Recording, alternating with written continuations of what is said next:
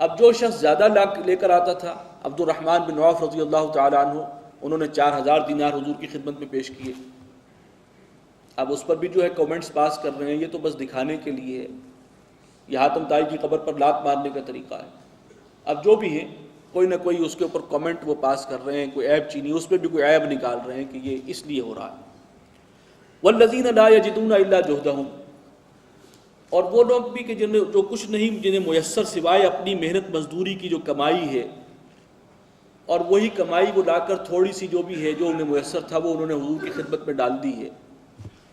ابو عقیل صحابی ہیں ایک رضی اللہ تعالی عنہ، بالکل وہ فقراء میں سے تھے، کچھ ان کے پاس نہیں۔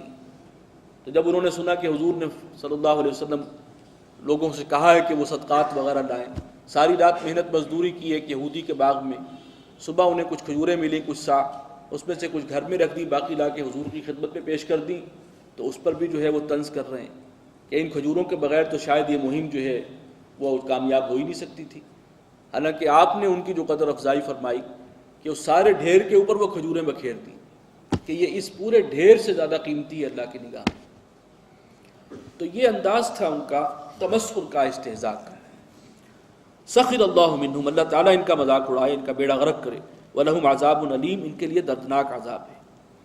استغفر لہم او لا تستغفر لہم، اے نبی اب آپ ان کے لیے ان کے حق میں استغفار کریں یا استغفار نہ کریں، یعنی بس برابر ہے۔ ان تستغفر لہم 70 مرۃ، اگر آپ 70 بار بھی استغفار کریں گے ان کے لیے، فلن یغفر اللہ لہم، اب اللہ تعالیٰ ان کو بخشنے والا نہیں۔ یہ ان کا گویا کہ آخری انجام ہے۔ یہ سن 9 ہجری میں آیات نازل ہو رہی ہیں، انہیں بیچ میں بار بار کہا گیا اب بھی باز آ جاؤ، اب بھی توبہ کر لو، اب بھی عمل کی اصلاح کر لو۔ یہ گویا وہ سٹیج آ گئی ہے کہ ان کے دلوں پر اب مہر ہو گئی ہے، اور حضور صلی اللہ علیہ وسلم کا استغفار بھی اب ان کے حق میں نفع بخش نہیں رہا۔ یہ سب سے بڑی سزا ہے۔ ذالک بانہم کفروا باللہ ورسولہ، یہ اس لیے کہ انہوں نے کفر کیا ہے اللہ اور اس کے رسول کا۔ واللہ لا یہدی القوم الفاسقین، اللہ تعالیٰ ایسے فاسقوں کو، سرکشوں کو، نافرمانوں کو ہدایت نہیں دیتا۔ فرح المخلفون بمقعدہم خلاف رسول اللہ، یہ پیچھے رہ جانے والے بڑے خوش ہیں اپنے بیٹھ رہنے پر رسول اللہ صلی اللہ علیہ وسلم کے بعد، یعنی جب لشکر چلا گیا تو اب وہ منافقین جو حضور سے جھوٹے بہانے کر کے اجازت لے لی تھی جنہوں نے، بڑے خوش تھے کہ دیکھیے ہماری پالیسی، ہماری اسٹریٹجی بڑی کامیاب رہی۔ اب وہ مسلمان کہاں دھکے کھا رہے ہوں گے سخت گرمی میں، کتنا لمبا سفر ہے، اب کہاں جا رہے ہیں، ہم گھروں میں بیٹھے ہیں آرام سے، تو بڑے خوش اور مطمئن تھے۔ وَكَرِهُوا أَن يُجَاهِدُوا بِأَمْوَالِهِمْ وَأَنفُسِهِمْ فِي سَبِيلِ اللَّهِ، انہوں نے ناپسند کیا اس بات کو کہ وہ جہاد کرتے اپنے مالوں سے اور اپنی جان سے اللہ کی راہ میں، یہ ان پر بہت بھاری ہوا۔ وَقَالُوا لَا تَنْفِرُوا فِي الْحَرِّ، دوسروں کو بھی روکنے کی کوشش کی، انہوں نے کہا کہ مت نکلو اتنی شدید گرمی میں، خود تو رکے ہی تھے، دوسروں کے بھی خیر خواہ بن کر انہیں منع کر رہے تھے کہ اتنی گرمی میں کہاں نکل رہے ہو، دماغ خراب ہے تمہارا، مت ماری گئی ہے۔ قل نار جہنم اشد حرا، کہہ دو کہ جو جہنم کی آگ ہے وہ حدت اور جلن کے اندر کہیں زیادہ سخت ہے۔ لو کانوا یفقہون، کاش کہ انہیں سمجھ ہوتی۔ فلیضحکوا قلیلا ولیبکوا کثیرا، تو چاہیے کہ وہ ہنسیں کم اور روئیں زیادہ۔ جزاء بما کانوا یکسبون، اور یہ بدلہ ہے ان کے اپنے اعمال اور کرتوتوں کا جو وہ کرتے رہے، یعنی جو جس انجام سے دوچار ہونے والے ہیں اس پر تو اب انہیں رونا چاہیے۔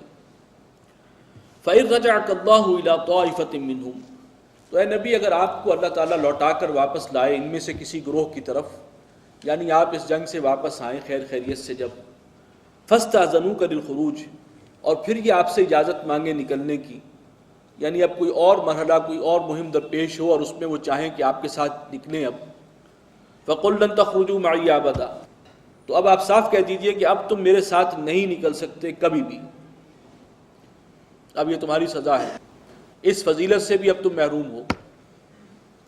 وَلَن تُقَاتِلُوا مَعِيَّ عَدُوًّا، اور تم میرے ساتھ ہو کر جنگ نہیں کرو گے آئندہ کبھی بھی۔ إِنَّكُمْ رَضِيتُمْ بِالْقُعُودِ أَوَّلَ مَرَّةٍ، تم نے بیٹھ رہنا پسند کیا تھا پہلی بار، یعنی جب اصل ضرورت تھی اس وقت تو بیٹھے ہوئے تھے، اور اب جب آسان ایک منزل دیکھی ہے اور آسان مہم دیکھی ہے تو اب چلنا چاہ رہے ہو؟ اب نہیں. فَقْعُدُوا مَعَ الْخَالِفِينَ، بس اب بیٹھے رہو پیچھے رہنے والوں کے ساتھ. وَلَا تُصَلِّ عَلَىٰ أَحَدٍ مِّنْهُمْ مَاتَ أَبَدًا، اور اے نبی ان میں سے جو اب مر جائے تو آپ آئندہ اس کی نماز جنازہ نہیں پڑھیں گے کبھی بھی، ابدا، ہرگز نہیں. اس سے پہلے پڑھتے رہیں. اب دنیا میں جو ابھی ہم نے آیت پڑھی تھی کہ اب اللہ تعالیٰ انہیں دنیا اور آخرت میں ذلیل و رسوا کرے گا، دردناک عذاب ہے، اسی کی ایک شکل یہ ہے کہ بعض منافقین کے نام پھر حضور صلی اللہ علیہ وسلم نے بتائے لوگوں کو. جمعے میں ممبر سے آپ نے 36 منافقین کے ناموں کا اعلان کیا، اور پھر یہ ہے کہ آپ کو روک دیا گیا کہ اب آئندہ آپ ان کی نماز جنازہ نہیں پڑھیں گے. تو سب کے نام تو نہیں ظاہر کیے گئے تھے، لیکن جب بھی کسی منافق کا انتقال ہوتا اور لوگ آپ کو بلاتے کہ آئیے جنازے کے لیے، تو آپ فرماتے تھے کہ نہیں تم خود ہی پڑھ لو، اور اسی سے لوگوں کو اندازہ ہو جاتا تھا کہ یہ بھی انہی میں شامل ہے. تو یہ دنیاوی ذلت کی بھی جو ہے وہ اس کے بھی سٹیپس جو ہیں وہ لیے جا چکے تھے. وَلَا تَقُمْ عَلَىٰ قَبْرِهِ، اور آپ ان کی قبروں پر بھی نہیں کھڑے ہوں گے، اس سے بھی آپ کو منع کر دیا گیا. اِنَّهُمْ كَفَرُوا بِاللَّهِ وَرَسُولِهِ، یقیناً انہوں نے کفر کیا ہے اللہ اور اس کے رسول کا. وَمَاتُوا وَهُمْ فَاسِقُونَ، اور یہ مرے ہیں اس حالت میں کہ یہ نافرمان تھے اللہ کے. وَلَا تُعْجِبْكَ أَمْوَالُهُمْ وَلَا أَوْلَادُهُمْ، اور آپ کو تعجب میں مبتلا نہ کریں ان کے مال اور ان کی اولاد. یہ آیت تقریباً انہی الفاظ کے ساتھ پہلے بھی آ چکی ہے، اور اس میں آپ کو بھی خطاب ہے اور آپ کی وساطت سے پوری تمام مسلمانوں کو، کہ چونکہ یہ صاحب حیثیت ہے معاشرے کے، مال بھی زیادہ ہے، سرمایہ ہے، بزنس ہے، تو اس سے کوئی مرعوب نہ ہو.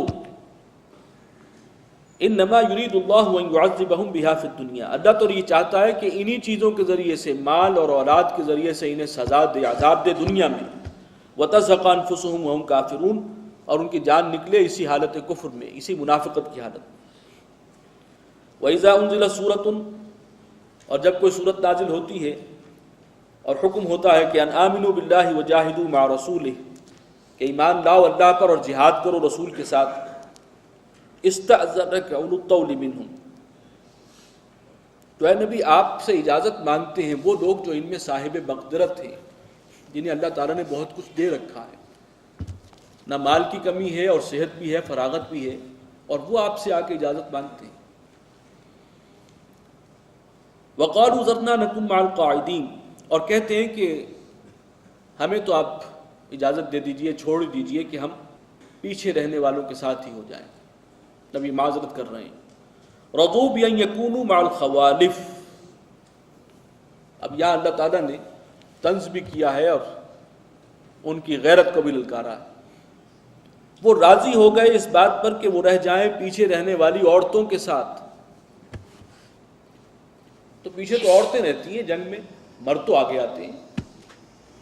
تو انہوں نے اب اپنا مقام یہی پسند کر لیا ہے کہ اب ان کا شمار عورتوں میں ہونے لگے، بزدلی کی اس انتہا کو پہنچ گئے ہیں. وَطُبِعَ عَلَىٰ قُلُوبِهِمْ، اور مہر کر دی گئی ہے ان کے دلوں پر. فَهُمْ لَا يَفْقَهُونَ، اب وہ سمجھنے سے اور جاننے سے عاری ہیں. لیکن الرسول والذین آمنوا معه، اس کے برعکس اللہ کے رسول اور وہ لوگ کہ جو ان کے ساتھ ایمان لائے ہیں، جاہدوا باموالہم وانفسہم، وہ جہاد کرتے ہیں اپنی جانوں کے ساتھ اور مال کے ساتھ. واولئک لہم الخیرات، اور یہی وہ لوگ ہیں جن کے لیے خوبیاں ہیں، بھلائیاں ہیں، اللہ کی رحمتیں ہیں، برکتیں ہیں. واولئک هم المفلحون، اور یہی ہیں جو مراد کو پہنچنے والے ہیں، اصل کامیابی انہی کو ملے گی. اعد اللہ لہم جنات تجری من تحتها الانہار خالدین فیہا، اللہ تعالیٰ نے ان کے لیے تیار کیے ہیں وہ باغات جن کے دامن میں چشمے جاری ہیں اور وہ اسی میں رہیں گے. ذالک الفوز العظیم، یہی ہے بڑی کامیابی. آپ نوٹ کیجئے کہ جہاں بھی بڑی کامیابی کا ذکر ہوتا ہے اس سے مراد ہمیشہ وہ ہے آخرت کی کامیابی اللہ کے نزدیک.